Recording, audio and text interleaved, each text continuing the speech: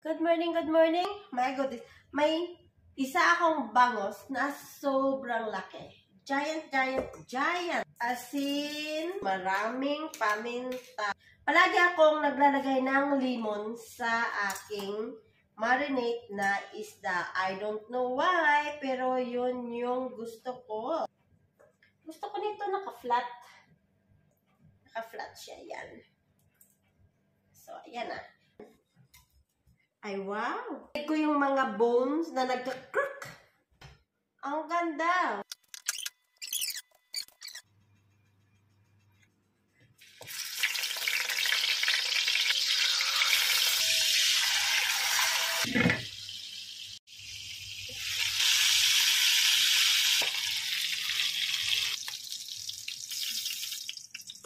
Beautiful.